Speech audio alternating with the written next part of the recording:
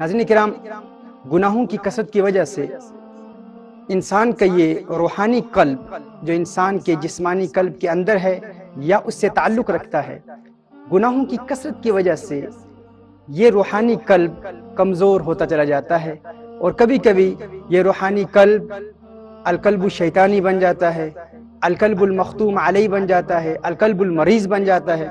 کبھی یہ القلب الغافل بن جاتا ہے۔ یعنی گناہوں کی کثرت کی وجہ سے انسان کا یہ روحانی دل کمزور ہو جاتا ہے۔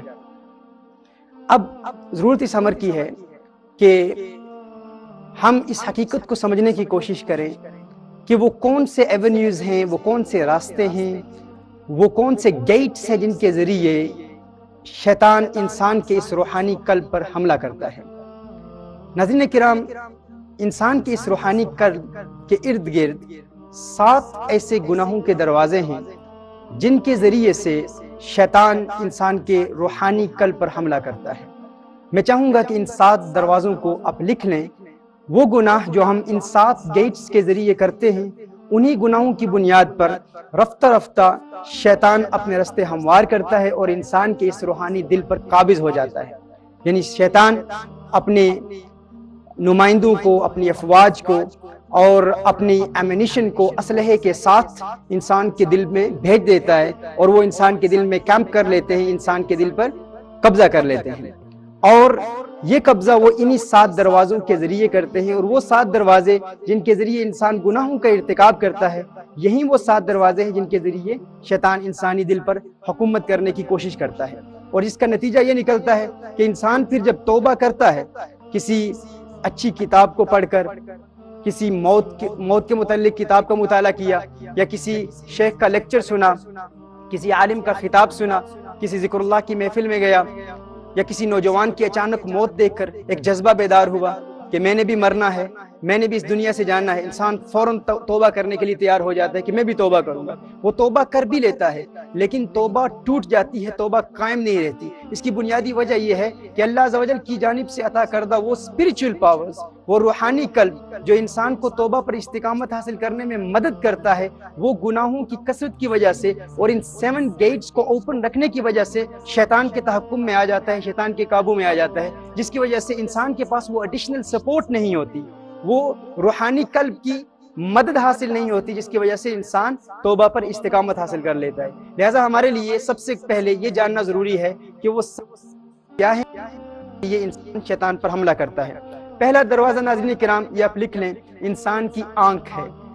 یعنی انسان اپنی آنکھ کے ذریعے جس گناہ کا ارتکاب کرتا ہے، در حقیقت شیطان انسان کی آنکھ کے اس گیٹ کو استعمال کر کے انسان کے دل میں تیر پھینک رہا ہوتا ہے۔ یعنی گناہوں کے زہریلے تیر شیطان انسان کے دل کے اندر داخل کر رہا ہوتا ہے، اور جن کی بنیاد پر وہ زہر انسان کے دل میں پھیلتا ہے۔ تفسیر ابن کثیر میں یہ روایت نقل کی گئی ہے کہ نگاہ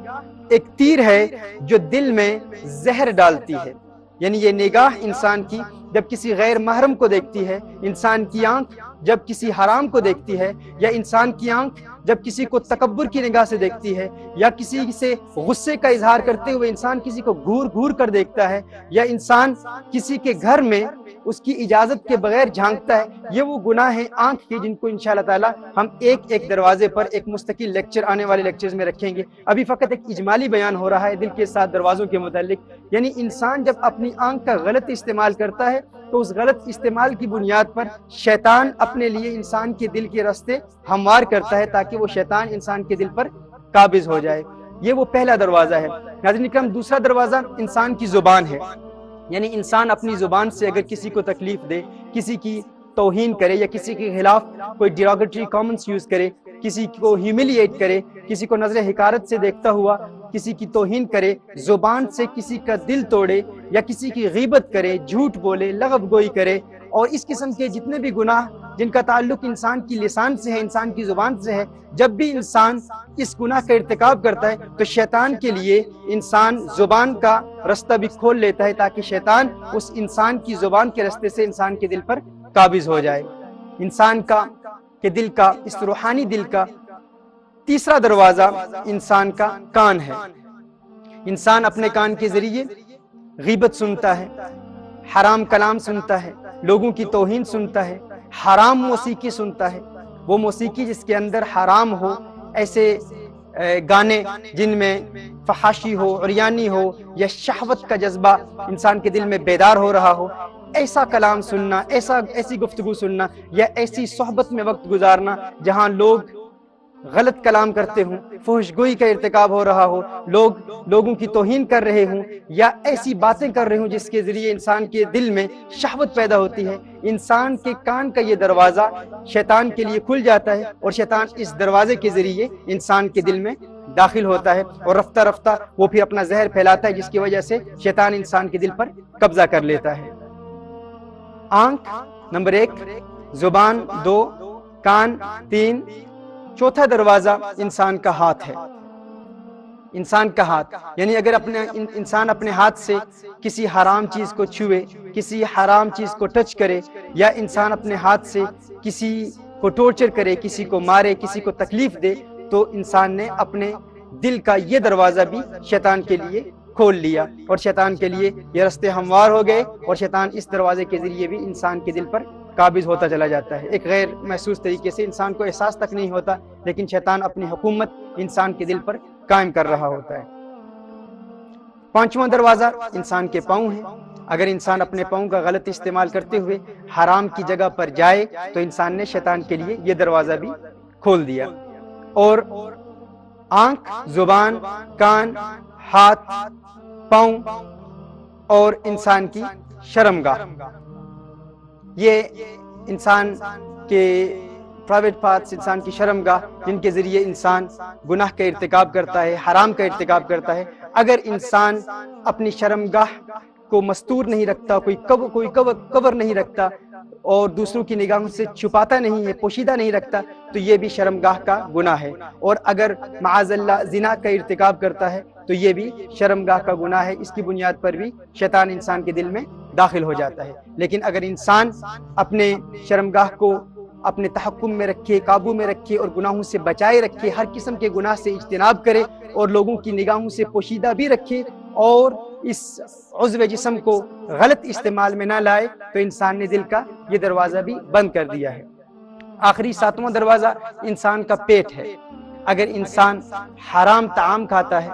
یا انسان بہت زیادہ کھانا کھاتا ہے، تو اس نے شیطان کے لیے یہ دروازہ بھی کھول دیا۔ ناظرین کرام، صوفیاء کرام کے نزدیک 7 دروازے یہ معتبر ہیں، یعنی تصوف کی بڑی کتابوں میں انہی کا ذکر آتا ہے۔ اس کے علاوہ بھی ہمارے مشائخ میں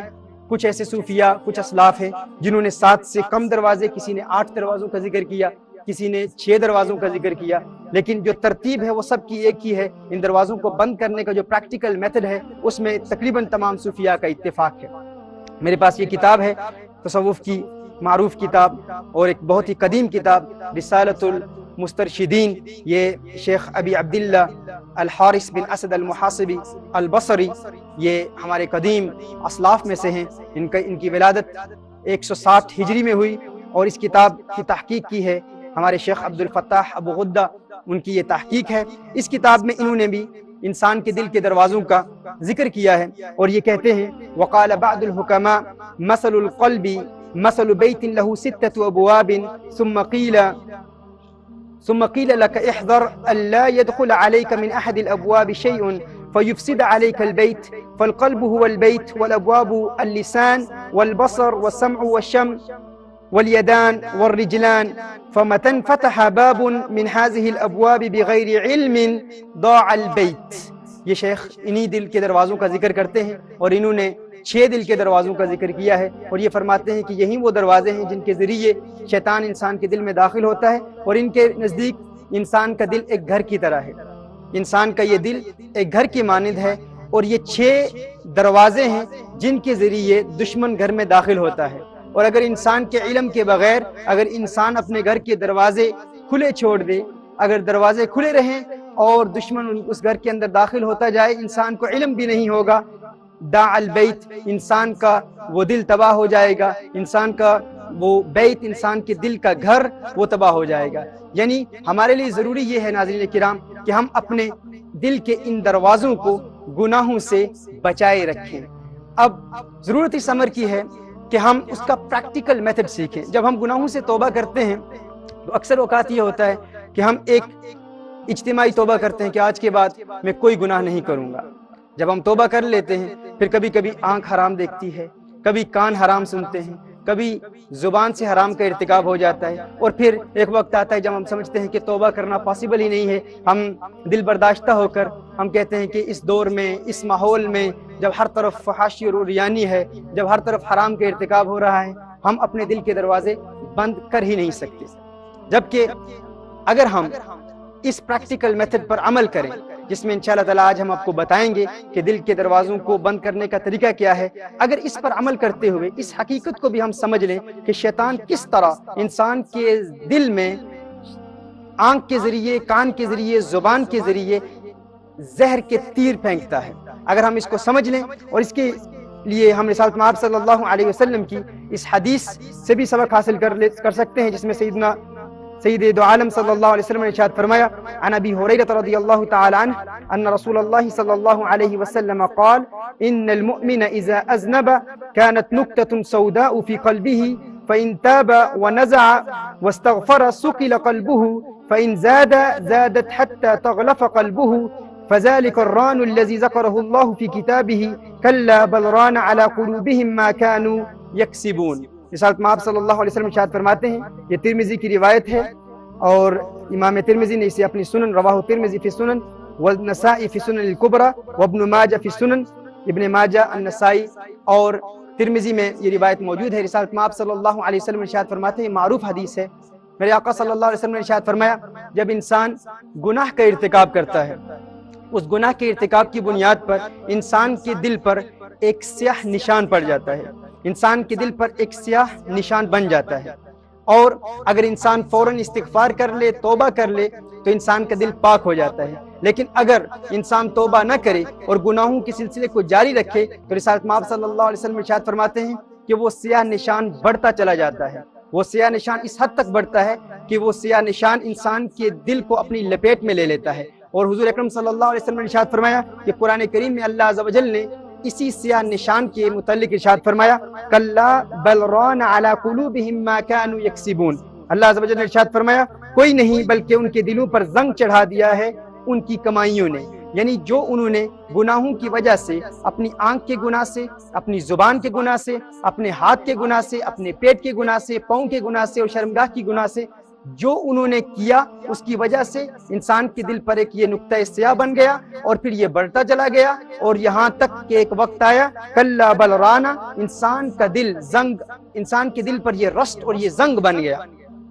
اور جب یہ رسٹ انسان کے دل میں داخل ہو جاتا ہے، اس وقت جب انسان توبہ کرتا ہے تو چونکہ انسان کا پورا دل سیاہ ہو چکا ہے، انسان کا کمپلیٹ دل اس نور سے محروم ہو چکا ہے، اب جب وہ قلب روحانی، جب وہ روحانی دل جو انسان کے اس فزیکل دل کے اندر موجود ہے، جب وہ روحانی دل بالکل سیاہ ہو چکا ہے، اب جب انسان توبہ کرے گا تو توبہ پر استقامت حاصل کرنا دشوار ہو جائے گا، کیونکہ وہ اسپریچول پاور جو انسان کے دل کے اندر موجود ہے وہ مدد نہیں کر پائے گی. اس کے علاوہ رسالت مآب صلی اللہ علیہ وسلم کی ایک اور حدیث سماعت فرما لیں. عن انس بن مالک رضی اللہ تعالی عنہ قال قال رسول اللہ صلی اللہ علیہ وسلم: ان للقلوب صدأ كصدأ النحاس او كصدأ الحديد وجلاؤها الاستغفار. رواہ الطبرانی فی المعجم الصغیر. رسالت مآب صلی اللہ علیہ وسلم ارشاد فرماتے ہیں کہ پیتل یا لوہے کی طرح دلوں کا بھی ایک زنگ ہے اور اس کی پالش استغفار ہے. یعنی جس طرح پیتل اور لوہے پر زنگ آ جاتا ہے، اسی طرح دلوں پر بھی گناہوں کے ارتکاب کی بنیاد پر زنگ آ جاتا ہے. لیکن رسالت مآب صلی اللہ علیہ وسلم ارشاد فرماتے ہیں کہ اس کی پالش کیا ہے؟ الاستغفار. اس زنگ کو ختم کرنے کا طریقہ کیا ہے؟ استغفار ہے. لیکن ناظرین کرام، فقط استغفار کفایت نہیں کرتا، کیونکہ استغفار شیطانی طاقتوں کو انسان کے دل سے باہر تو نکال دیتا ہے، لیکن اس کے بعد اس کو مینٹین کرنے کا طریقہ کار یہ ہے کہ ہم ابتدا کریں اپنے دل کے دروازوں کو بند کرنے سے. اس کی ابتدا یوں کی جائے گی کہ سب سے پہلے ہم توبہ کی 4 شرائط کے ساتھ ایک جنیرک توبہ کریں گے، ایک جنرل توبہ کریں گے. یوٹیوب پر ہمارے لیکچرز موجود ہیں، جو پہلے لیکچرز ہم نے توبہ کی شرائط پر دیے ہیں. پران کے حوالے سے fast, remorse, for the sake of اللہ، نیور ٹو سن اگین، یہ 4 شرائط ہیں. ان کی بنیاد پر آپ سب سے پہلے ماضی کے تمام گناہوں سے توبہ کریں گے. پھر اس کے بعد ہم نے دل کے ایک دروازے کا انتخاب کرنا ہے. مثال کے طور پر ہم نے انتخاب کیا آنکھ کا. کہ 40 دن متواتر ہم نے اپنی آنکھ کو حرام سے بچانا ہے۔ اللہ کی بارگاہ میں ہم نے دعا کرنی ہے، خلاق کائنات ہم نے ماضی کے تمام گناہوں سے توبہ کر لی، اب ہم مین فوکس کریں گے اپنی آنکھ پر۔ ہم نے ڈیٹ لکھ لینی ہے، نوٹ کر لینی ہے کس ڈیٹ پر ہم نے شروع کیا، اور بالتواتر مسلسل ہم نے اپنی آنکھ کو حرام سے بچانا ہے۔ 40 دن اگر مکمل نہیں ہوتے، 10 دن کے بعد ہماری آنکھ نے حرام دیکھ لیا، تو اب پھر اثر نو ہم 40 دن مکمل کریں گے، یعنی 10 دن کے بعد یا سمجھ لیں 20 دن کے بعد اگر ہماری آنکھ نے حرام دیکھ لیا، پھر ہم توبہ کی 4 شرائط کے ساتھ توبہ کر کے ہم پھر مزید 20 دن مکمل کریں گے اور اس 40 دن کو مکمل کریں گے۔ یعنی اب 20 دن باقی تھے، لیکن ہم نے ابتدا پہلے دن سے کرنی ہے۔ یعنی اگر ہمارا تزکیہ، آنکھ کا تزکیہ ٹوٹ گیا 20 دن کے بعد، تو اب پھر ہم نے اثر نو 40 دن کی تکمیل کرنی ہے۔ اس دوران ناظرین کرام ہم نے اپنے نفس کو سزا دینے کے لیے 6 ایڈیشنل کام کرنے ہیں، جن کا ذکر ہم کل کے لیکچر میں کریں گے۔ سب سے پہلے ہم نے ایک عضو پر عمل کرنا ہے، یعنی آنکھ پر ہم محنت کر رہے ہیں، 40 دن آنکھ کے پورے کرنے ہیں۔ جب ہم 40 دن آنکھ پر عمل کر رہے ہیں، اس دوران اگر ہمارے کان نے غیبت سن لی، اگر ہماری زبان نے گناہ کا ارتکاب کیا، اگر ہمارے ہاتھ نے گناہ کا ارتکاب کیا، اگر ہمارے کسی بھی دوسرے دروازے نے گناہ کا ارتکاب کیا، تو اس کے لیے فقط 4 شرائط کے ساتھ توبہ ہے۔ یعنی اس کے لیے مزید وہ 6 سزائیں نفس کے لیے نہیں ہے، ہم نے فقط 4 شرائط کے ساتھ، 4 پری ریکوزیٹس کے ساتھ توبہ کرنی ہے۔ لیکن جس عضو پر ہم محنت کر رہے ہیں، اگر اس نے گناہ کا ارتکاب کیا تو مزید 6 سزائیں بھی نفس کو دیں گے، اور پھر اس کے بعد اس کو اثر نو ایک مرتبہ پھر ہم پورے 40 دن مکمل کریں گے۔ جب آنکھ کے 40 دن مکمل ہو گئے، پھر ہم نے کان کو آنکھ کے ساتھ ملانا ہے۔ اب کان اور آنکھ دونوں کے دروازوں کو بند کیا جائے گا۔ جب کان کے 40 دن مکمل ہو گئے تو پھر زبان کو حرام سے بچانا ہے، پھر کان، آنکھ اور زبان ان تینوں کو ساتھ ملا کے چلنا ہے۔ اسی طرح ناظرین ایک ایک دروازے کو ہم نے 40 دن کے ساتھ محنت کر کے ہم نے بند کرنا ہے۔ جب یہ 7 دروازے بند ہو گئے، اور ناظرین اس میں اگر فقط ایک پہلے دروازے کو بند کرنے کے لیے ہمیں 1 سال بھی لگ جائے، مثال کے طور پر 39 ڈیز کے بعد ہم نے 39 ڈیز اپنی آنکھ کو حرام سے بچائے رکھا، 39 ڈیز کے بعد آنکھ نے حرام دیکھ لیا، پھر ہم نے پہلے دن سے شروع کیا، سزائیں بھی نفس کو دی، 6 سزائیں دے کر پھر ہم نے ابتدا کر لی۔ جب اب ہم نے پھر ابتدا کی، اب ہم نے کان، اب پھر ہمارا تزکیہ آنکھ ٹوٹ گیا، پھر 20 دن کے بعد ٹوٹ گیا۔ آنکھ کے 40 دن بالتواتر مسلسل مکمل کرنے میں ہمیں 1 سال بھی لگ جائے، 10 سال بھی لگ جائیں، اور اگر اسی حالت میں موت واقع ہو گئی تو اللہ عز و جل ہماری مغفرت فرما دے گا۔ لیکن شرط یہ ہے ناظرین کرام کہ اس دوران ہم محنت جاری رکھیں۔ رسالت مآب صلی اللہ علیہ وسلم نے ارشاد فرمایا ہے، انما الاعمال بالخواتیم، اعمال کا دار و مدار خاتموں پر ہے۔ اور دوسری حدیث میں ارشاد فرمایا، انما الاعمال بالنیات، اعمال کا دار و مدار نیتوں پر ہے۔ اگر ہماری نیت یہ ہو کہ ہم نے اپنے دل کو گناہوں سے پاک کرنا ہے، اور اسی نیت پر ہم محنت بھی کر رہے ہوں، جد و جہد بھی کر رہے ہوں، اور اسی پر اگر ہمارا خاتمہ بھی ہو جاتا ہے تو اللہ عز و جل ہماری مغفرت فرما دے گا۔